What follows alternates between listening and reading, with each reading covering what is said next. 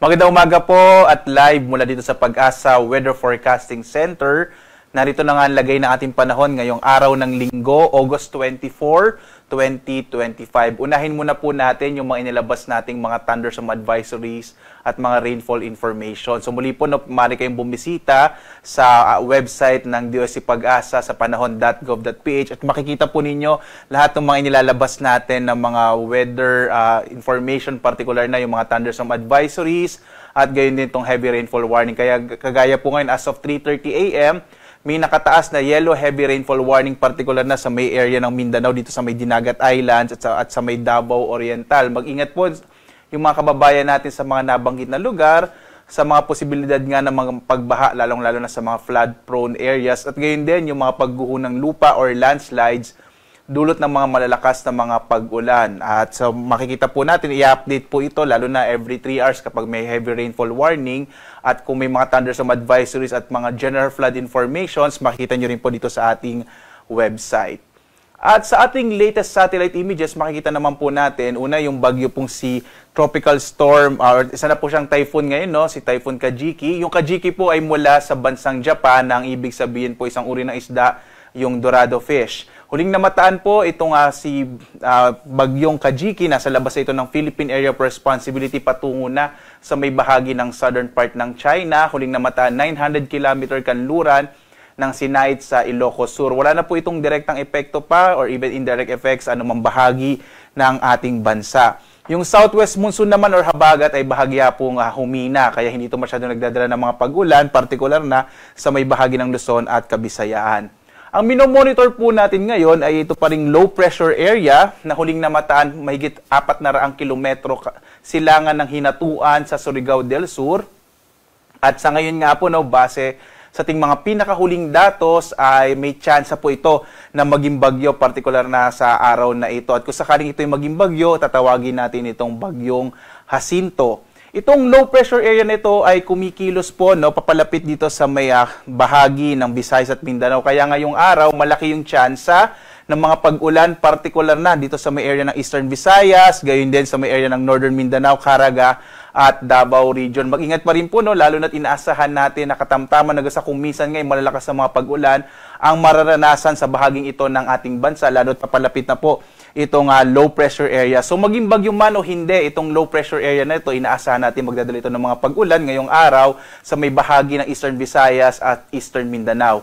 Ang nalalabing bahagi ng Luzon at Visayas at ngayon din sa Mindanao, generally fair weather po sa araw na ito, na may mga usual pa rin na mga thunderstorms sa hapon hanggang sa gabi.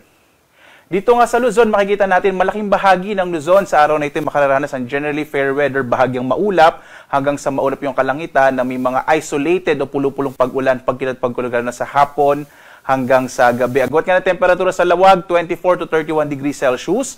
Sa Tuguegarao, 25 to 33 degrees Celsius. Sa Baguio naman, 16 to 22 degrees Celsius. Sa Metro Manila, 25 to 31 degrees Celsius. Sa Tagaytay, 23 to 29 degrees Celsius. Habang sa Legazpi, 24 to 32 degrees Celsius. Sa bahagi naman ng Palawan, Visayas at Mindanao, makikita po natin dahil nga medyo humina itong habagat, mga isolated rain showers and thunderstorms ang mararanasan sa bahagi ng Palawan. Agwat ang temperatura sa Calayan Islands, 25 to 32 degrees Celsius. Sa Puerto Princesa naman ay 25 to 32 degrees Celsius. Malaki naman yung tsansa ng mga pag-ulan sa bahagi ng Eastern Visayas, dulot ito ng papalapit nga na low pressure area sa bahagi ito ng ating bansa. Asahan po, lalo na yung mga katamtaman hanggang sa kung minsan ay mga malalakas sa mga pag-ulan. So mag-ingat po sa mga posibilidad ng mga biglaang pagbaha at pagguho ng lupa, partikular sa bahagi ng Eastern Visayas. Ang nalalabing bahagi po ng Kabisayaan ay makararanas naman ng mga isolated rain showers and thunderstorms, lalo na sa hapon hanggang sa gabi. Agwat ang temperatura sa Iloilo, 24 to 31 degrees Celsius. Sa Cebu naman, 26 to 30 degrees Celsius. Habang sa Tacloban, 27 to 30 degrees Celsius.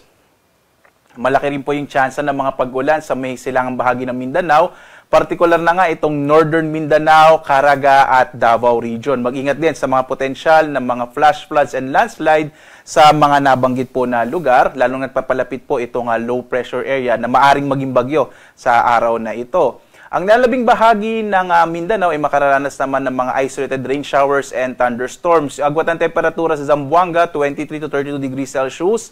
Sa Cagayan de Oro, 24 to 31 degrees Celsius, habang sa bahagi ng Davao ay nasa 25 to 32 degrees Celsius. Sa lagay naman ng ating karagatan, wala tayong nakataas na gale warning sa anumang bahagi ng ating bansa. Maaaring pumalaot yung mga sakyang pandagat, mga bangka sa mga baybayin ng ating kapuluan. Mag-ingat pa rin po, gayon pa man, sapagkat posible nga yung biglang pag-alon ng karagatan or malakas na pag-alon ng karagatan, lalong-lalo na kapag meron tayong mga thunderstorms. At narito naman yung ating inaasahang magiging lagay ng panahon sa susunod na mga araw.